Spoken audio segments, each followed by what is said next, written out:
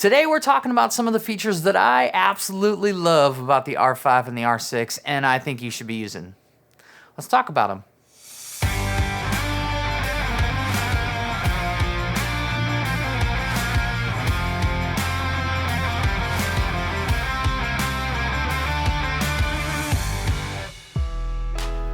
Well, hey, what's up? If you don't know who I am, my name is Tony, and I am a filmmaker photographer in the St. Louis area. Today, we're talking about the R5 and the R6, some of the little features that might be different from what you're typically used to using.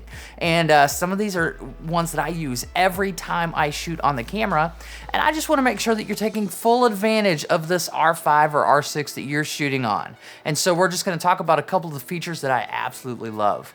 The first one, believe it or not, is something as simple as the level. Like, believe it or not, most people just haven't used this, and so I'm encouraging you to stick this on your screen so that you can use this tool that's built in. I found that this is incredibly helpful when I'm shooting portraits or vehicles or anything that I'm outside and I can just get off center just a little bit and I kind of forget about my horizon being level. I just use the level right in there, and I'm telling you, I use this non-stop. It's really easy to set up. All you have to do is go into your menu settings, and you need to go to the red menu on the 7th page, and you can see all of the settings right in there. Now, I've got a couple set up where I've turned off most of them, but I have a completely blank view. I've got the one with the level and then one without the level and the histogram. That gives me all the flexibility I need to be able to see the information I need and to be able to see my composition when I'm shooting. So make sure to check out the level.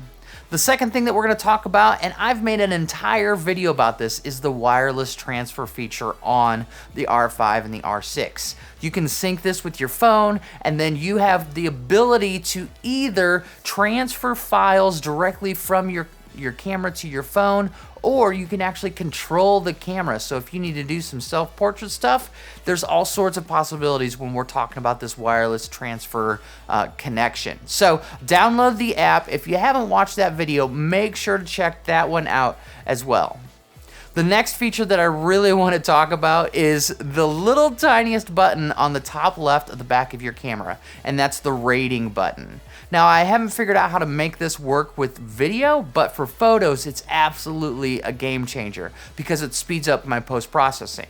Say you're taking a bunch of photos and you're in the field right then and you're kind of flipping through them to see which ones you really like, and you say, oh, I really love this one. Well, you can just hit that rating button and that rating will transfer right into Lightroom when you get into post-processing, which is just a huge step when it comes to speeding up your workflow. So make sure to take advantage of that rating button.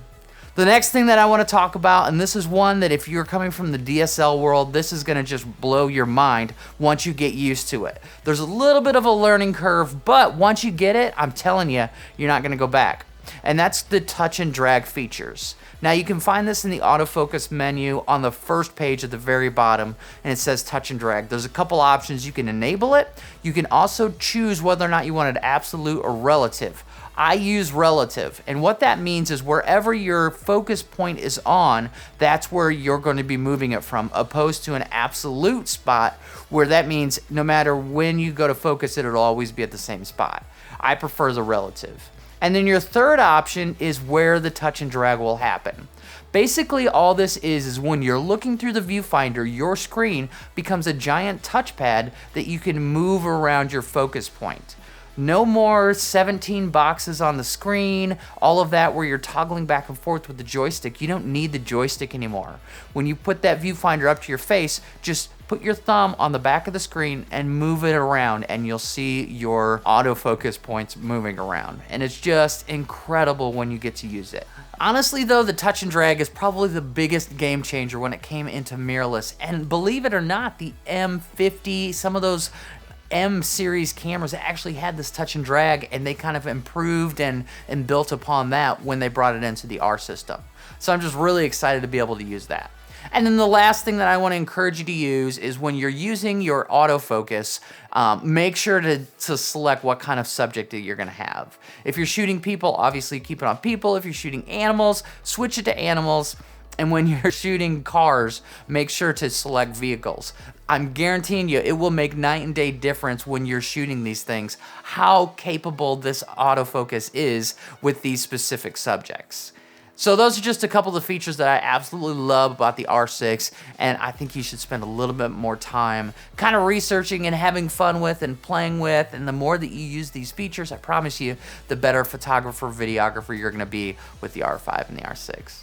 All right, guys, this is a short video. We're landing the plane. Thanks for hanging out today, and I will see you in the next one.